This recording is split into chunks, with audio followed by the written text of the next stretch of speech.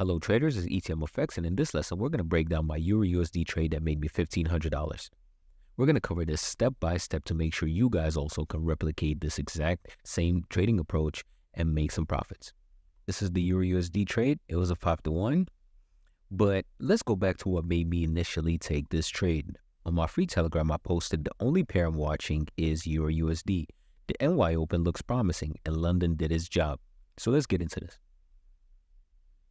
So the night prior, this is where price action was when I was analyzing. It was around 9 to 10 o'clock, and this is where price action was. So what I was looking at is price was initially in a bearish momentum. The order flow was bearish, as you can see. But what I've noticed is there's a slight change of character, and not the generic change of character. What I've noticed is the institutions tried to sell price at premium. They tried to sell price at premium, price sold off, but it found rejection in our discount. What does that mean? That means the sell orders institutions sold with here was less than the buy orders they purchased here. That means they purchased price again. For more sell orders here than the buy orders here, price would have continued lower. But the fact that price found rejection, what does that mean? That means that this buying power is more than likely greater than the sell power here. So that was the first clue.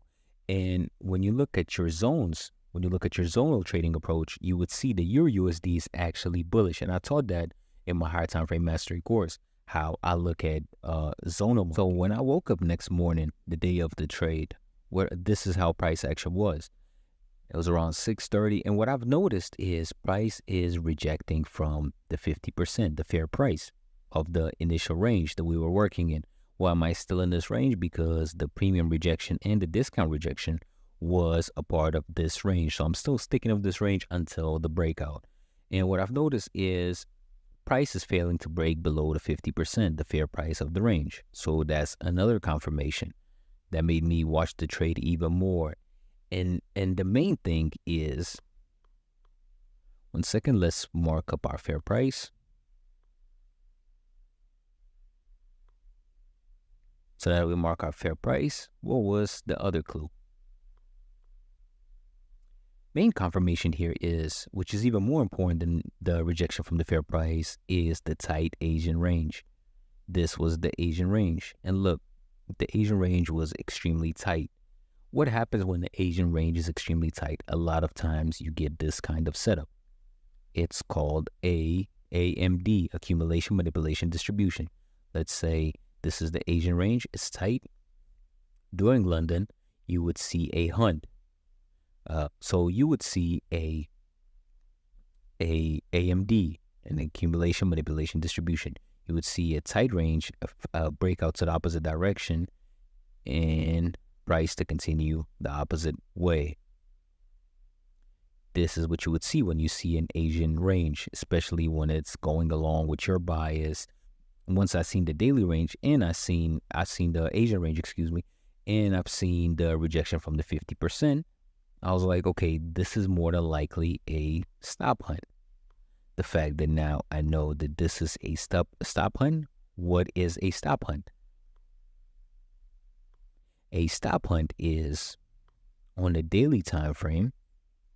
Let's say this is a daily candle. Let's remove this. If this was a daily candle, this was a bullish daily candle. This was a bullish daily candle. The stop hunt would be the wick. Would be the wick of the daily candle.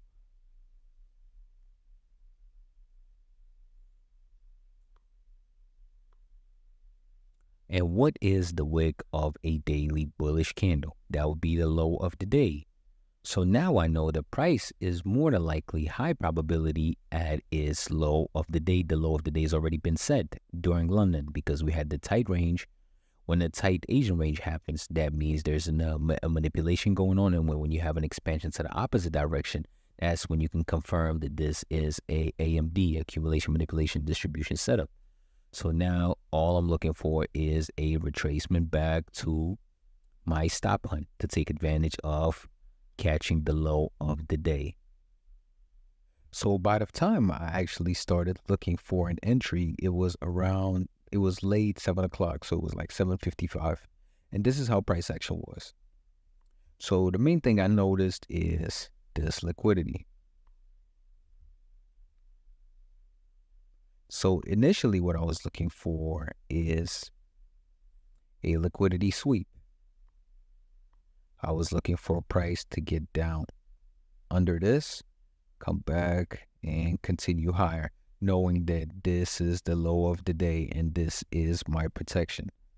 This is my defense. So what happened once price took this low, I got in my first position. So I got in a buy right here. But what happened? Price shot up.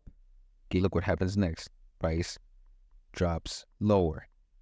And what happens when price drops lower? I don't panic. Why don't I panic? Because as you can see here,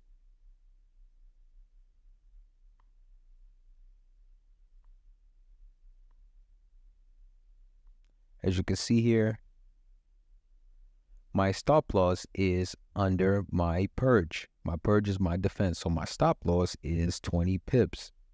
And my TP and my take profit is this level of liquidity right here. As you can see, you have a FTC liquidity right here. That means this level will be used as a magnet. So my first TP was this level of liquidity, this FTC. So let's go back. So price started to head lower. My second position was this OB. So my second position was right here, with this still being my stop loss for the second position.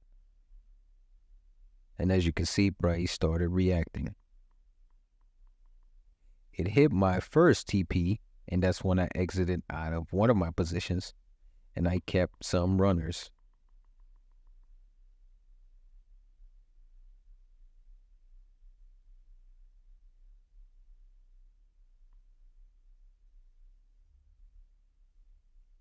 Hope you guys like the video. Make sure you like, share, and subscribe. In this video, I try to include every single thing that I look at when it comes to looking for entry. So I walked you guys through my point of view looking at the market and how I approach analysis the night before and what I look at when I first open the charts in the morning, and basically took you guys through the entire process. And if you guys are enjoying these type of videos, please let me know in the comments, and more will be uploaded. And